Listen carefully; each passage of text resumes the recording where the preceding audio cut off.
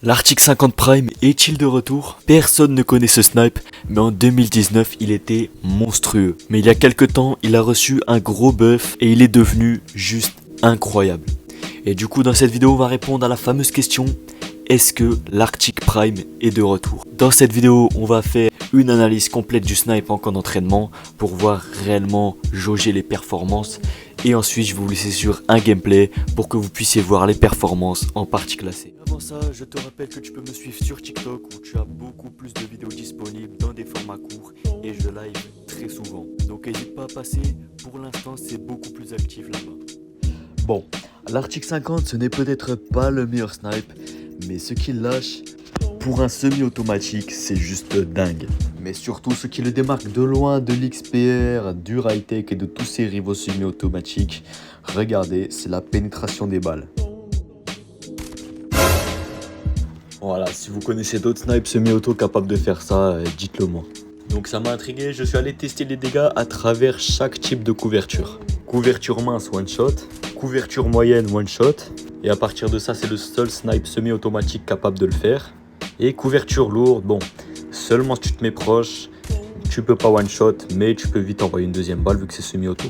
En bref, on voit déjà en camp d'entraînement que les performances que ce snipe lâche sont monstrueuses, du moins pour un semi-automatique. Mais pour que vous puissiez être sûr, je vais vous montrer 2 minutes de gameplay en partie classée. Et après ça, je vous donnerai ma classe. C'est parti.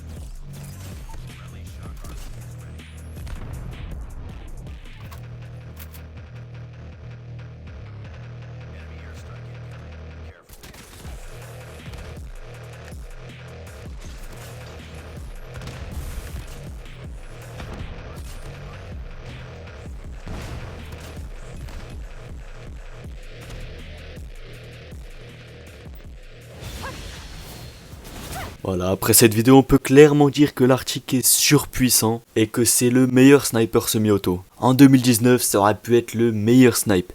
Mais la vraie question c'est, est-ce qu'aujourd'hui, il peut tenir tête au méta des snipers comme le Tundra, le Locus ou le DLQ? Ça reste à voir, mais il est à ne surtout pas sous-estimer, car c'est sans doute le meilleur snipe semi-automatique. J'espère que la vidéo t'a plu, je poste toutes les semaines des vidéos de ce genre, alors n'hésite pas à t'abonner pour ne pas manquer la prochaine, et je te dis à bientôt BG.